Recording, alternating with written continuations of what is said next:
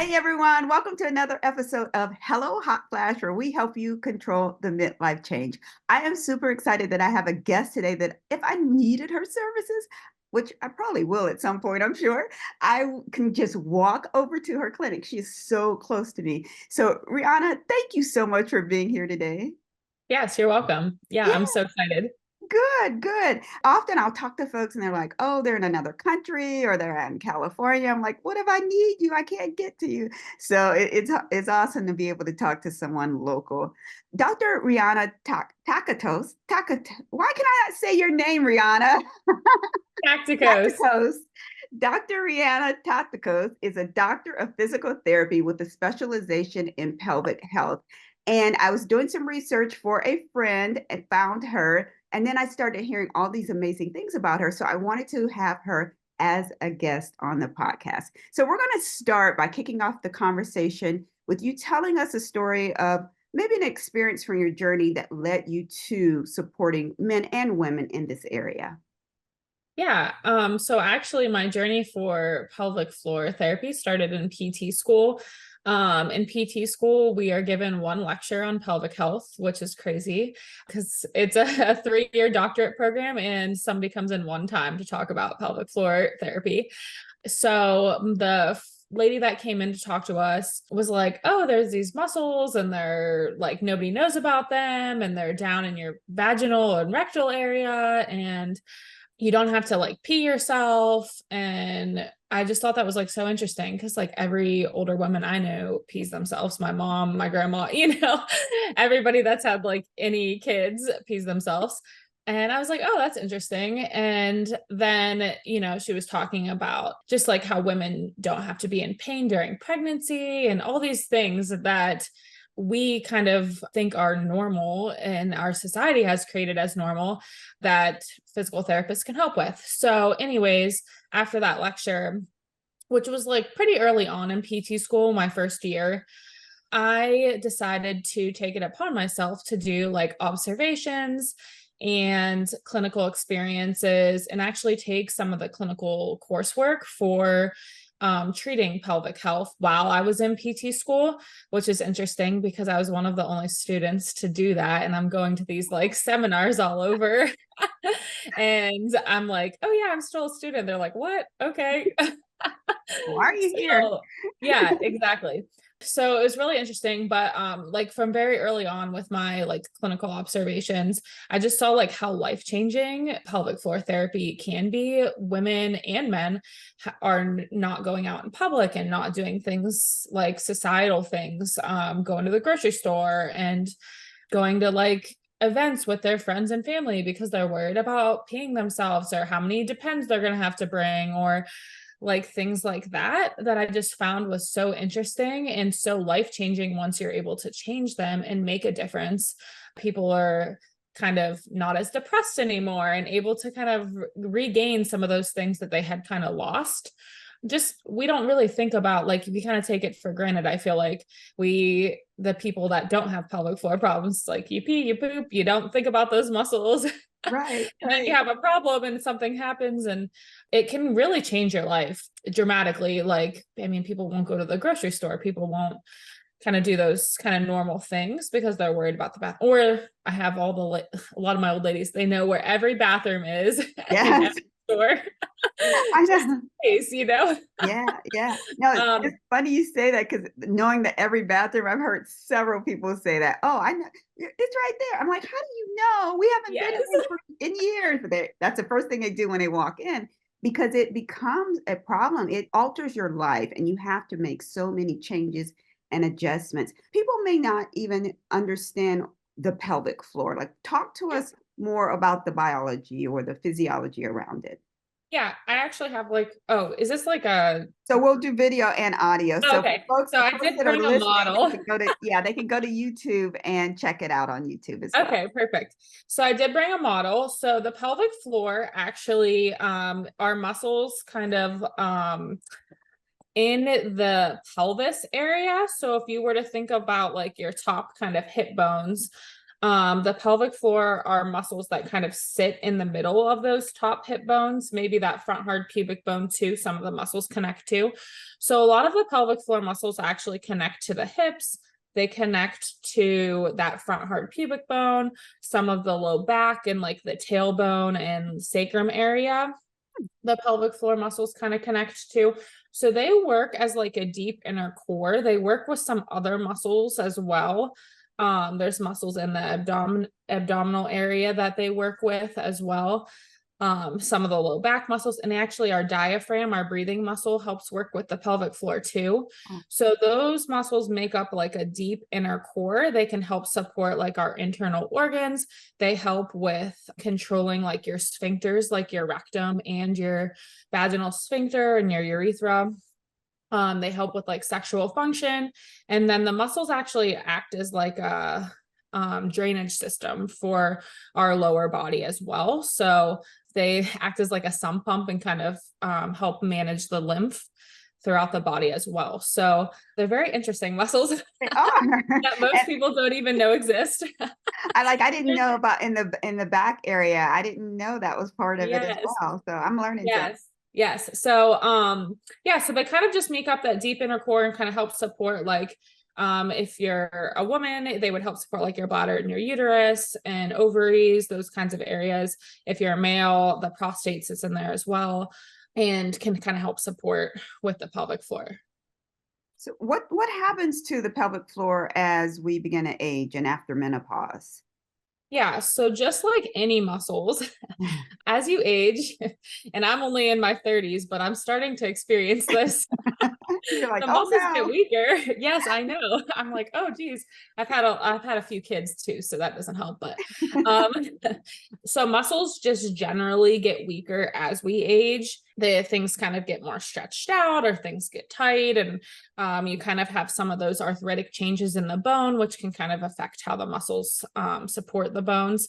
But with the pelvic floor muscles, you also have the component of menopause, and that's the large hormonal change within the body. And so the pelvic floor is really affected by hormones as well.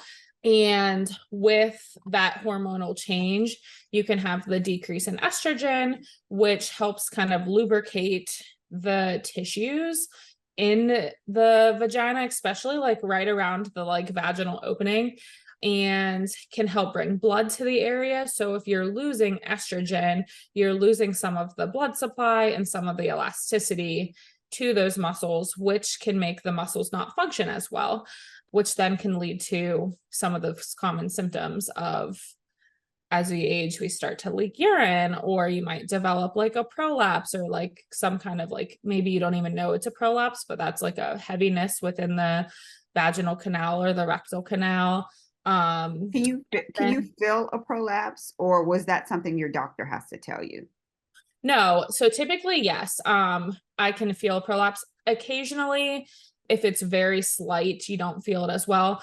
But I actually do like for prolapses, feel like I can feel them sometimes better than the OBs, because OBs typically have you laying on your back in a position where if you didn't have a pretty significant prolapse, sometimes you can't feel. Whereas I do a standing assessment with a mirror Mhm. and can actually like assess the prolapse standing, which is kind of when usually people feel it. It's like a heaviness within the vaginal canal. Typically people get those symptoms like later on throughout the day after they've been on their feet all day and things like that. So my assessment for that's a little bit different than a typical OB. Some OBs do assess in standing, but a lot of them just assess on your back and say, no, you're good to go. You don't have anything. And then they come here and they're like, I'm like, you might. I don't typically like grade them the same way. Because to me, it's not as important. We can kind of hopefully change the symptoms, and maybe not the appearance, but the symptoms. And so if we can get you some symptom relief, it doesn't really matter what the grade is. But So, are there symptoms besides incontinence? Like, what other symptoms do women often feel? yeah, so especially with menopause, you get vaginal dryness a lot. I Mhm. know a lot of times people are taking like a topical like estrogen cream or something like that. You can have vaginal dryness, which can lead to pain with like intimacy and things like that. So sometimes I also like to offer some kind of natural like lubrication things, because not everybody's comfortable with taking estrogen or using estrogen, even though the research says that it's not absorbed like systemically throughout the body, but that's a personal choice, you know? So I do have like products that I recommend, but then also sometimes working on those muscles right at like the vaginal opening that typically do get more like dry, we can kind of change. And then by giving exercises, we can help bring blood to the area too, which can kind of help with that like vaginal dryness and lubrication. So a lot of times it's pain with intimacy. You also have hormonal components of constipation sometimes. Hmm. And so sometimes people develop like hormonal like constipation after menopause, which is not always directly a pelvic floor issue, but Okay. usually if it's chronic, turns into a pelvic floor issue because you're not able to like empty all the way, or you're not getting the sensations and the pelvic floor is getting stretched out. So there's some changes that can happen to the pelvic floor after you have like prolonged constipation. And then also like fecal incontinence. So everybody always talks about like urinary incontinence and urinary urge and frequency. So you don't always have to be leaking urine either to have some kind of like urinary problem. Sometimes it's like, oh, you get a strong urge to go to the bathroom and you're not able to hold it off and you have to go right away, which should not be happening. And then urinary frequency. So sometimes I have patients that are like, yeah, I just go to the bathroom every hour. I'm like, oh, even through at night? They're like, yeah, I wake up times at night. I'm like, oh, that's awful. So if you're like, if you've gone through menopause, you shouldn't be waking up more than I I strive for one time per night, but Okay. 1 to 2 times per night max. Two would be like my absolute max. So if Mm. you're waking up more than that to go to the bathroom, that's kind of a problem as well, even if you're not like leaking urine. But then you also have fecal incontinence. So when you lose like elasticity of the pelvic floor and it's not as strong, you can also have the leakage of stool or even gas. Sometimes people aren't able to control their gas, and that's something that I can help with as well. That like you're blowing Yeah. my mind right now for a couple of reasons because I'm the reason that I initially got in contact with you, like that person, I'm like, oh, they have that. And then a couple of things that you mentioned, I never even related it to pelvic floor because I'm thinking vaginal area only. So Right. this is amazing. So to Kegel or not to Kegel? I'm not going to say no. Okay. However, there's a time and a place for it. So the pelvic Mhm. floor does not function solely as like a one muscle contraction. We have very little muscles in our body that actually are just like, oh yeah, we're just going to use that muscle for that thing. Right. So there's a lot of other muscles that help support the pelvic floor and help support that Kegel. I like to make sure everything else is strong as well. Okay. And I'm also going to say it's not always a strength issue. Sometimes the muscles in the pelvic floor get really tight because they're weak, but then they tighten up to kind of help support all of those things, all your organs, or if you've had a hysterectomy, your lack of organs. So sometimes those muscles get tight and they're not able to fully lengthen, Mhm. which can put extra pressure on the bladder, can increase pain with intercourse and things like that. So, not saying not to Kegel, but there is a lot of other factors that factor in Okay. the course, the hips, the how you can move the pelvic floor and kind of coordinate. There's a coordination piece of like, can you activate this muscle and this muscle at the same time to bring the pelvic floor up or whatever? And then the breathing muscle, the diaphragm, also works with the pelvic floor too. So you kind of have to make sure everything's coordinated well. Um, This before is you like can a just for real say thing. Kegel. Yes, it's not. Yes, I very rarely just like give somebody like, oh yeah, do Kegels. And most people don't do their Kegels right. Most people bring in some of their butt muscles, some of their tummy muscles. They're not able to really just isolate the inner like vaginal or inner rectal muscles.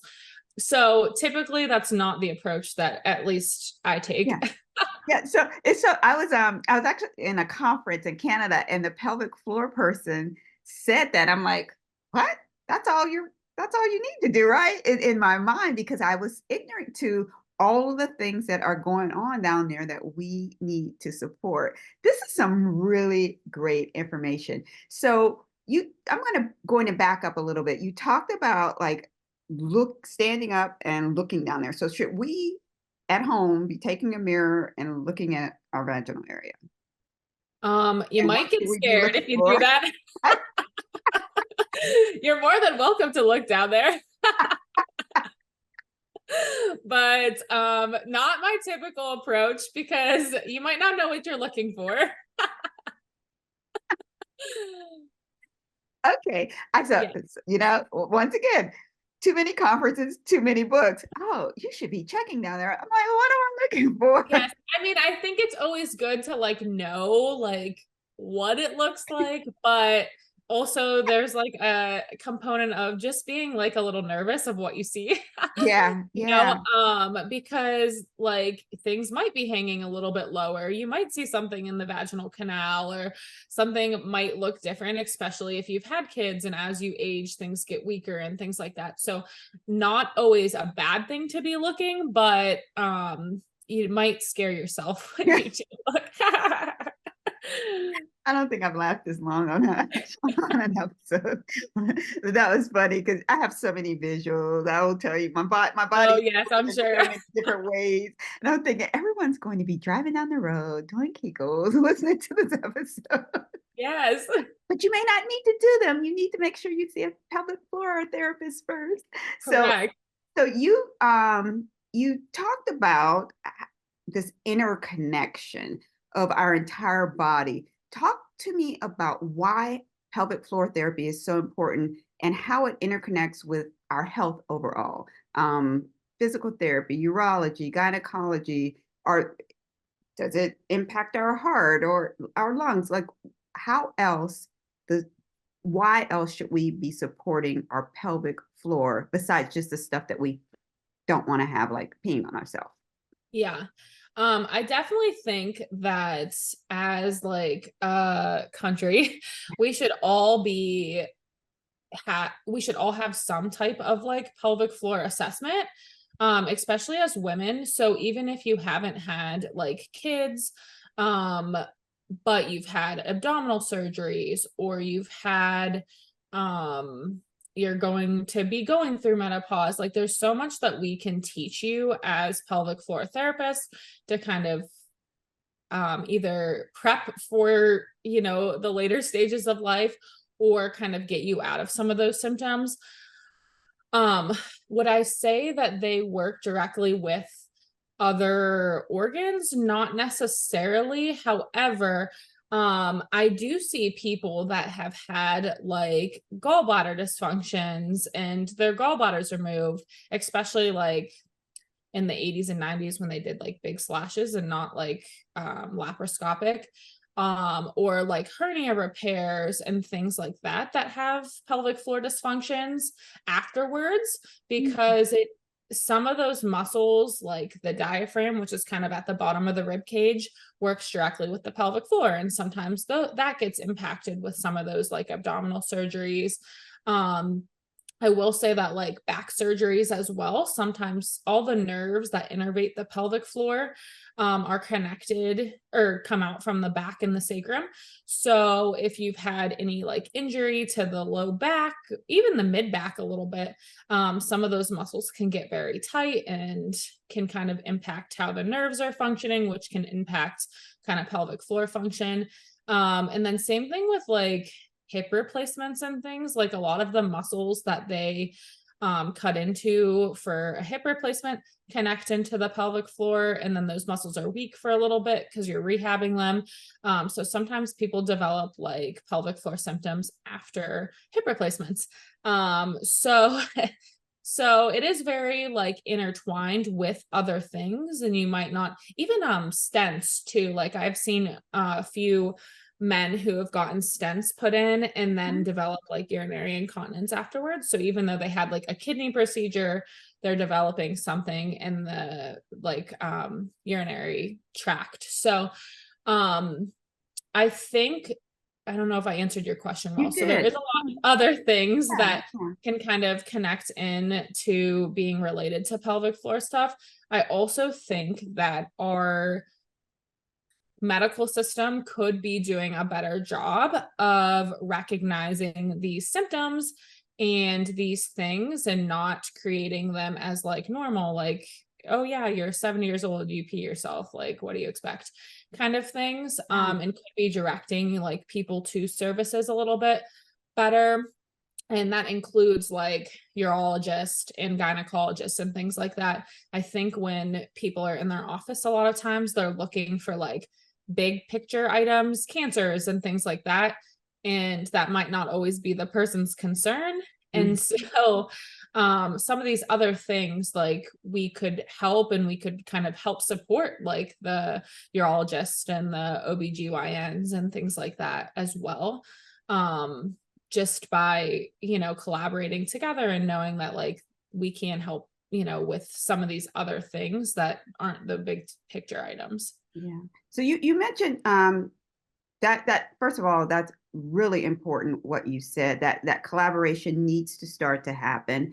And just like you said, when you started in your physical therapy, you did not, you had like what you said, an hour or some Yes. minor report on pelvic floor health. Well, the same thing is with a gynecologist. So they only have a very, very, very small amount of training as it relates to menopause. So our system is broken. Our system is broken in the idea around there are things that we can do in order to serve women that do not always equate to them taking a pill. So, so yeah, you're right. I'm just happy that you brought that up. Real quick, kidneys. So if someone continues to go to the doctors thinking there's something wrong with their kidneys, could it be pelvic floor related? It could be. And it kind of depends. So if you have like a kidney stone or something like that, that they can see, you know, typically that's a kidney stone. But if they have to go in and physically remove them, they might create scar tissue in that area, which can sometimes impact how the pelvic floor functions. And then also when you're having like kidney stones or you're having like kidney dysfunction and you're not peeing well, and getting all your urine out, maybe you're retaining fluid or you're having trouble like kind of relaxing and kind of getting everything out. It initially probably is not a pelvic floor issue, but if you go on long enough, the pelvic floor learns not to empty the bladder well and to kind of hold that area as tension and support. So it can create a pelvic floor issue if you go on with having those bad habits for a little while. Okay. This is just flooring to me. Yes, it's so interesting. No, for to me it is. It's very interesting because again, I'm looking at the perspective of I'm getting older. I know older people who are suffering. I mean, seriously suffering, getting up 4 or 5 times per night, going from doctor to doctor to doctor, and no one ever says, "Have you tried pelvic floor therapy?" And based on what you said, it's you like boom, boom, boom, boom, hit every single um complaint that the person has, and no, none of our medical doctors are responding in the same way. No, I always kind of put that disclaimer out there. We need our medical doctors if you're having a heart attack, if you have cancer, but there's just this missing education piece that I wish we had in our country. Before we started, we were talking about in Europe, the NHS is starting pelvic health clinics to help tens of thousands of women across their country. The new service will, I'm just reading this to you guys, but the new service will initially roll out in 14 areas of the country with up to 175,000 women set to benefit from this additional support every year. So other countries are giving this service away. Do you see, or making this part of the regular routine for women? Do you see this happening in the United States? Or that may be too politically charged. Let me think of this a different way. Would this benefit us in our country to do something like this? I think definitely it would benefit. There's not a ton of research on this, but I always think that if we were seeing women during pregnancies or like immediately after childbirth, instead of like when you go to your 6-week checkup with your OB and they're checking to make sure everything's healed and like the tissues are healed, which is huge. You need to do that. You need to go to those appointments. But then they say, oh yeah, you're good to go. Like just continue on and resume your life. And it's like, well, the pelvic floor just went through a marathon of pregnancy, a 9-month, 10-month thing, of pressure and baby kind of sitting in that area. Then you have a baby, whether it's vaginally or with a C-section. And both affect the pelvic floor differently. And they do both affect the pelvic floor, though. I was going to back up to that comment. So a cesarean affects the pelvic floor as well? Yes, because first, baby's still there sitting on the pelvic floor for 9 months. So Right. you still have that component. A lot of people that have C-sections have actually been through some stages of labor and maybe even some of the pushing stage, which can affect the pelvic floor. But then when they cut the abdomen for the C-section, they cut a muscle that works directly with the pelvic floor. So there's a muscle in the abdomen, transverse abdominis. When you activate that muscle, pelvic floor should do like a Kegel and activate. And when you relax that muscle, it should do the opposite. And they cut that. So then you have an incision and a scar there. And then you're sent home and you have to pick up your baby and do all these things that kind of create increased pressure in that area. And the abdominals now are weakened. And sometimes the pelvic floor kind of takes the brunt of that support, which can kind of weaken the pelvic floor a little bit more. So yes, definitely C-sections still affect the pelvic floor. But anyways, when you go to your like 6-week appointment and then they say, oh yeah, you can go back to like whatever you were doing before, usually your body's not ready for that. It's your pelvic floor is not ready for that. You haven't done anything to kind of help train those muscles for that. And so I definitely feel like if we were to see women postpartum, every woman, I would love that. Every woman postpartum, whether you feel like you need it or not, do like a very thorough core assessment, hip assessment, pelvic floor assessment, kind of all the muscles that affect the pelvic floor. What that would do for women later on. I always wonder like, oh, would they have less incontinence? Would we have, I mean, you would think that we would have so much better outcomes when women go through those menopausal changes because their muscles will be stronger. They know how to exercise them. Maybe they still need a refresher from a pelvic floor therapist, but the body remembers so much that, you'll be so much further ahead because you're like, oh, I've already done this. It might have been 20 years ago, but I did do this at some point and I kind of remember what that was and can kind of start there. So I always wonder like just how, if we were to see every woman after having a baby, or some, if they have pelvic floor problems in the, it doesn't always just have to be baby. It could be, you can have pelvic floor baby problems if you have chronic constipation or like those kinds of things. But if we were to see you early on in the lifespan, how later on in the lifespan, if you would not have as many of those problems. Dr. Riana, this has been simply amazing. I'm like, wow. I learned so much in our brief time together. Thank you so much for sharing. Yes, it's been really good. It has. I'm obviously super passionate about pelvic health. I know So. you are, but I'm passionate about all these subjects because as I age, I'm thinking, man, why didn't someone tell me this earlier? And as you just said, the body remembers things. Like, what if after each of my three children, I would have taken the time to go to a pelvic floor therapist or even known to go to a pelvic floor therapist? And then as I'm aging, I would now be, saying, someone help me, please. Or the other person that I'm thinking of wouldn't be in a scenario where they're waking up all of the time. We just don't, we're ignorant to the information. It's not out there. And thank you for helping us share. I have two Yeah. more questions for you. Yeah. So, what are you reading or listening to right now? So I'm currently actually really into reading about like birth outcomes in our country because I think that's another issue of like, and I think that this kind of connects back to the point that we just made. I think as a society, our Western kind of like medical practices have changed the way women have babies and give birth. And I just wonder if we were to provide like less medical interventions and do more natural, like holistic kind of things, such as teaching positions and opening up the birth canal and helping coordinate and relax the pelvic floor so that they can like get baby out better, how the pelvic floor would recover easier from that, and then how that translate into like later on. And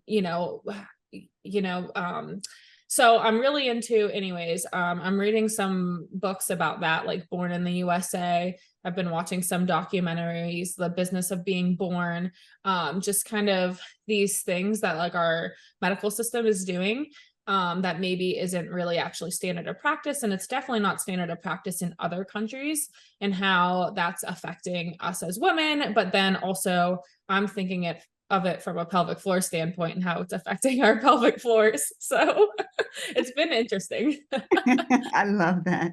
How can Yes. folks find you? Yeah, so I do have a website. It's Restore Pelvic Health Ohio. I am in the Warren, Ohio area. And I also have social medias on Facebook and Instagram. They're also Restore Pelvic Health Ohio. So I do, even if you're not local to the area, I do put like information out on my Instagrams and Facebooks about things that I'm treating, maybe treatment techniques, kind of things to try, and different like diagnoses that maybe people don't realize like we can help with. So you can always kind of get some of that information there.